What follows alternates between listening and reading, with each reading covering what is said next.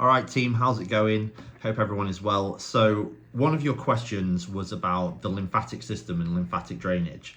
And what I've done is I didn't want to just kind of make a video and respond or give you a resource or anything like that without double checking myself, because I'm going to only do this one in-house. This is not something I'm going to put on social media or anything like that, purely because I'm not an expert on it.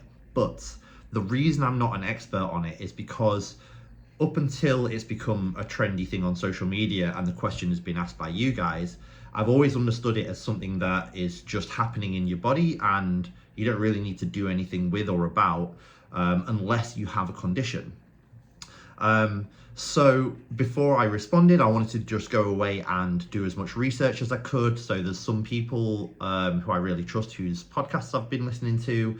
I've been Googling it, ChatGPTing it, looking for studies, looking for research to kind of consolidate my current understanding about it with what's being said on social media. And I've also had some social media posts sent to me for me to see what's being said about the lymphatic system and what people should supposedly be doing about it. So firstly, the lymphatic system is essentially, I wanted to kind of give you guys a heads up of what it is.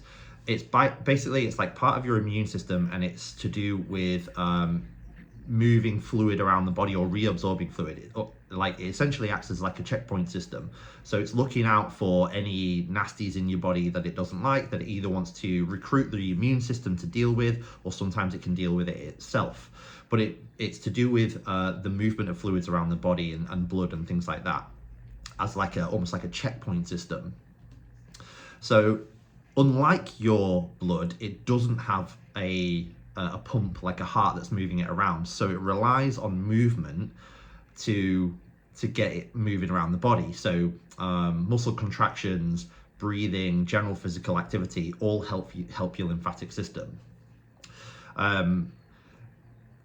So things like that can genuinely help with circulation, potentially reducing swelling and just generally how your body feels. So it's really dependent on movement, essentially, just like blood is. Like your lymphatic system, there are disorders, so that lymphatic disorders do exist, and it's usually where the fluid, or what they call lymph, can't properly drain, but they're pretty uncommon. So probably like 1% of the population might suffer from something like this. And they're often linked usually to things like treatment, like hospital treatment. So if there's been a surgery or infection, or somebody has severe obesity or genetic conditions or cancer treatment, things like that, they tend to be more commonly where you might see problems with the lymphatic system, not just like general day-to-day. But what people do experience, and what I'm seeing being sent to me on social media, is talking about things about like feeling puffy or swollen, bloated, stiff, heavy, and they are probably not anything to do with a blocked lymphatic system or your lymphatic system not working properly or anything like that. More likely, for 99% of the population, this is just kind of what your body naturally goes through, especially as it gets older.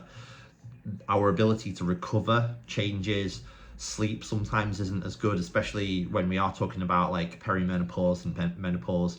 Hormones change, stress can accumulate just with, the fact that we're not able to recover as quickly from things, and work gets stressful because people are moving into higher roles and positions.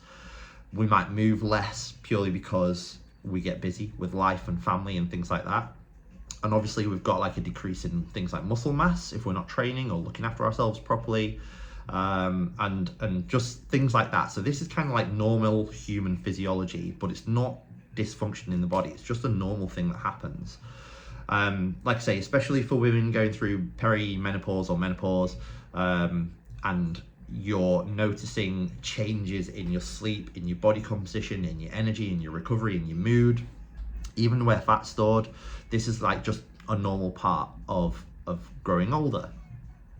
Where social media seems to be getting a bit dangerous or misleading is that it seems to take what we experience, normal human experiences, so things that you're noticing on a day-to-day basis, and then it's reframing them as being a problem, like a dysfunction, like it's something wrong with your lymphatic system. It's a blockage, or it's a hormone problem, or it's a dysfunction, or it's something that requires then a special protocol or a treatment of some kind to try and deal with it. Like, buy into our app and we'll give you a daily protocol to follow, you know, for £5 a month or £10 a month or something like that to follow, or sign up to my program and I'll help you unblock your lymphatic system or something like that. That tends to be what's going on, but using pretty normal experiences. And like I said in my last video, when we hear something that kind of validates those experiences, we resonate with it. So we think, oh, this must be relating to me, or it must be the issue that I have because it's named the symptoms that I have. But actually, all it's done is named regular physiological symptoms that we have just from being alive. But to be fair, some of the practices themselves can actually help. So things like massage is not necessarily a bad thing. Essentially, self-massage means that you're moving, right? So you're creating blood flow. So massaging can help, walking, basically movement. What I was saying before is, like, if you think of it like blood flow, even though it's not blood flow, but if you think of it like blood flow, the things that get your blood moving is exercise, movement, going for a walk. It can be deep breathing as well, because when you breathe deeply, you have to use blood and muscle contractions to create that breath and that movement. All of those things can help with lymphatic drainage and stuff like that if you even need it, but the likelihood is that you don't.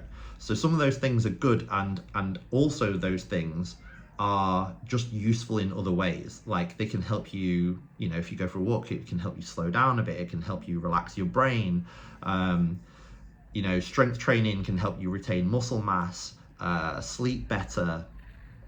Having a massage can help you reduce your stress and all of this kind of stuff. And those things can have a positive impact on you, but it's purely because it's helped you manage stress and improve sleep and energy balance and things like that. Not that it's necessarily done anything particularly useful for your lymphatic system.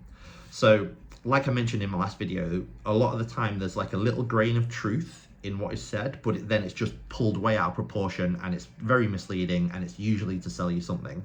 And the posts that I've been sent to see what people are seeing are exactly this. There's like a little grain of truth. You're experiencing these symptoms, you know, lymphatic or moving lymph and lymphatic drainage is a thing. Yeah, that's true. But to then say, you know, you're focusing on the wrong thing if you're thinking about calories, you're putting your energy in the wrong place if you're doing strength training, you know, like it's just absolute lies, and it's just to sell you something where somebody can make a bit of money off our struggles and our day-to-day efforts that feel like a hard work. And if somebody's offering you, you know, a little bit of self-massage as a way to cure all of your problems, then it sounds great, right? And it must be the missing link that we've been missing all this time. But honestly, it's not true. So that's what my take on it, and it's based on not just what I think I know. I've like tried to go away and see if there's any other evidence that supports something different. If there's any new information that I wasn't aware of. I've tried to look for all of this, bring it together, and then present it to you guys. And the conclusion that I've established is that you don't need to worry about it really, unless you do have a condition, in which case you probably will know about it. Something will probably be very apparent, and it might most likely be after something's happened, like you've had an operation or something like that. But generally, what you're experiencing is just real life. It's aging, it's changes in your physiology as you grow older. And the best thing that you can be doing to look after yourself is exercise, good sleep, decent nutrition, trying to relax as much as you can. Like I say, it really does come down to the main pillars of health over some kind of protocol to help lymphatic drainage. Hope that helps, guys.